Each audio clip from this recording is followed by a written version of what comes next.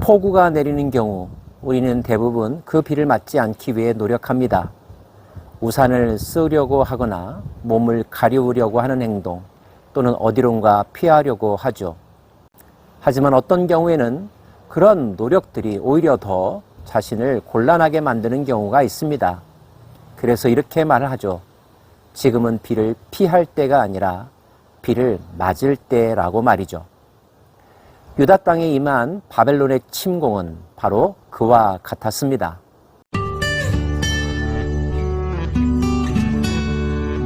왕이 두 눈이 뽑히고 포로로 잡혀갔습니다. 예레미야는 바벨론 왕의 명령에 따라서 석방되었죠. 하지만 그 석방 조치가 제대로 이행된 것 같지는 않습니다. 어떠한 이유에서였는지 예레미야는 40장에서 포로로 끌려가는 사람들의 무리 속에 있었습니다. 그를 발견한 사람은 바벨론 군대의 사령관 느부사라단이었죠. 그는 예레미야에게 찾아옵니다. 그를 구해내는데요. 사령관이 예레미야를 불러다가 이르되 내 하나님 여호와께서 이곳에 이 재난을 선포하시더니 여호와께서 그가 말씀하신 대로 행하셨으니 이는 너희가 여호와께 범죄하고 그의 목소리에 청종하지 아니하였으므로 이제 이루어졌도다. 이 일이 너희에게 임한 것이니라. 유다가 하나님에 의하여 심판받았다는 사실을 유다의 선지자가 아니라 그들을 무너뜨린 적군의 사령관으로부터 들어야 하는 이 안타까운 현실, 씁쓸한 장면이라 아니 말할 수가 없습니다. 우리가 똑바로 서지 아니하면 우리가 가르쳐야 될 대상으로부터 가르침을 받게 된다는 교훈 기억해야 할 것입니다. 보라, 내가 오늘 내 손에 사슬을 풀어 너를 풀어주노니 만일 내가 나와 함께 바벨론으로 가는 것을 좋게 여기거든 가자. 내가 너를 선대하리라. 만일 나와 함께 바벨론으로 가는 것을 좋지 않게 여기거든 그만두라. 보라, 온 땅이 내 앞에 있나니 내가 좋게 여기는 대로 옳게 여기는 곳으로 갈지니라 하니라. 예레미야에게 선택권을 줍니다. 포로에게 선택권을 준다는 것 대단한 특혜이죠. 가도 좋고 여기 남아도 좋다. 간다면 내가 너를 잘 보살펴 주겠다라고 하는 약속입니다. 예레미야, 답을 해야 되겠죠? 그가 말을 잇습니다. 너가 만약에 돌아간다면 바벨론 왕이 유다의 총독으로 그달랴를 세웠는데 그와 함께 유다 땅에서 살 수 있다고 말합니다. 그리고 예레미야에게 먹을 것과 쓸 것을 공급하여 주죠.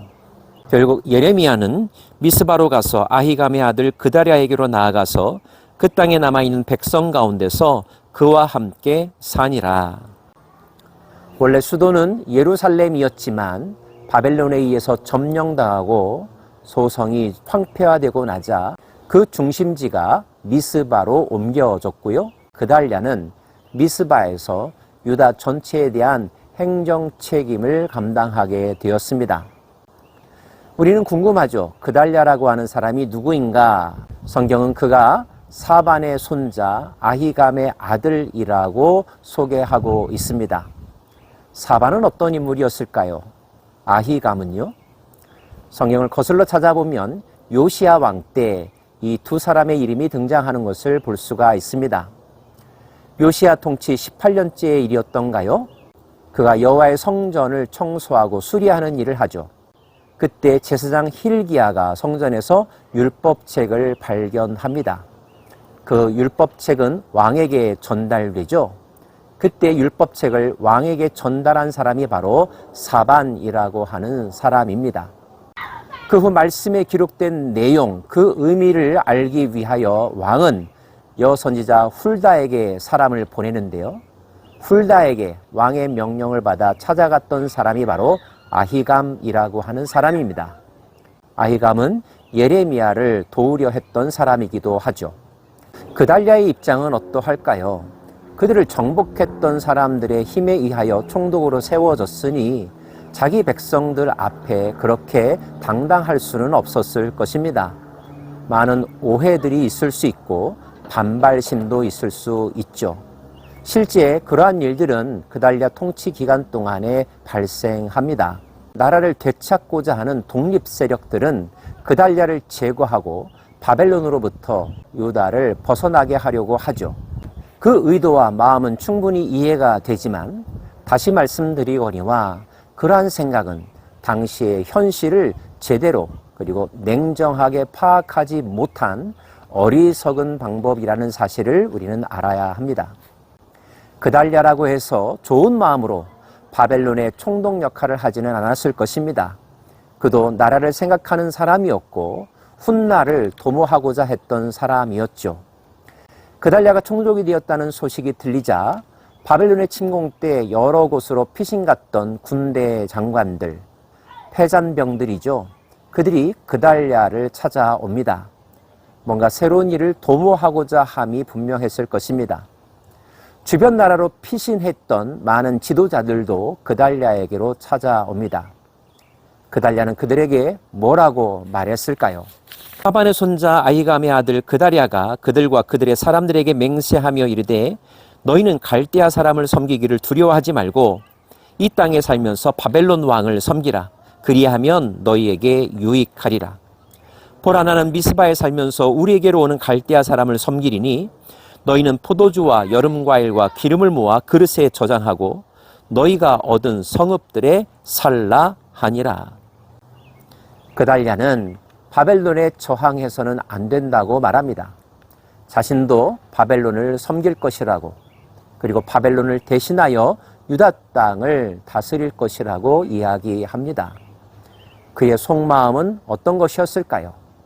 지금 이 현실을 받아들일 수밖에 없다는 데서 비롯된 판단이었을 것입니다. 지금은 비를 피하기 위해서 몸부림치는 것이 중요한 것이 아니라 비를 맞으며 이 사건이 주는 의미를 되새기며 훗날을 도모해야 한다는 것, 이것이 그달랴의 생각이지 않았을까요? 예레미야도 같은 생각이었을 것이고요.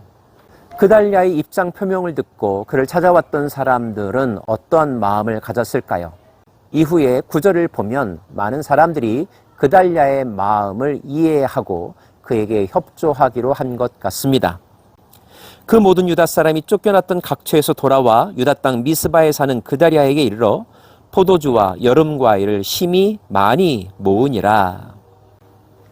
극한의 혼란 속에서 조금씩 안정을 찾아가는 분위기 느낄 수 있으십니까? 먹거리 문제를 해결하는 것, 심리적인 안정을 찾아가는 것, 정치적인 불안을 진정시키는 것 매우 중요합니다.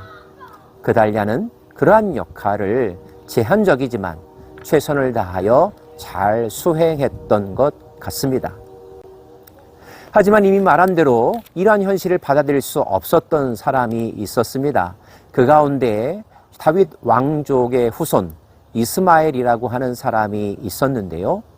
이스마엘이 어떤 행동을 하려고 하는지에 대한 고급 정보가 요하난이라는 사람을 통하여서 그달랴에게 입수됩니다. 요하난의 말에 의하면 암몬 왕이 이스마엘을 사주하여 그달랴를 죽이려고 한다는 정보였습니다. 그러면서 요하난은 그렇게 되면 큰 혼란이 임할 것입니다. 그달랴를 제거한다면 그를 세운 바벨론에 대한 반역이고 바벨론이 가만히 있지 않을 것이니 엄청난 혼란을 예상한다는 것은 당연한 일이겠죠. 요하난은 나아가서 그렇다면 자신이 직접 이스마엘을 제거하는 것이 어떻겠느냐라고 그달랴에게 묻습니다. 그달랴는 선한 마음을 가졌던 사람인 듯합니다. 그는 요하난이 하는 말을 반신반의합니다. 아니, 믿으려고 하지 않습니다. 그럴 리가 없다는 거죠. 이런 확신을 갖는 것은 그의 마음이 순수했기 때문일 것입니다.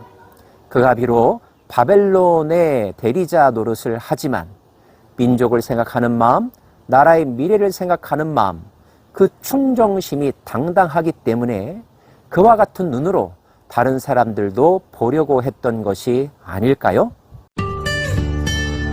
자신의 조국이 망하지 않은 것이 최선의 길이었지만 어쩔 수 없이 상황은 멸망에 이르고야 말았습니다. 그 현실을 받아들일 수밖에 없는 상황, 포기하라는 말이 아닙니다. 앞장서서 배신자가 되라는 것도 아닙니다. 현실을 제대로 인식하고 자신들을 돌아보고 올바른 대처 방안을 지혜롭게 찾는 것이 중요하다는 거죠. 무조건 저항한다고 해서 그 행동이 좋은 열매를 맺는 것은 아닙니다.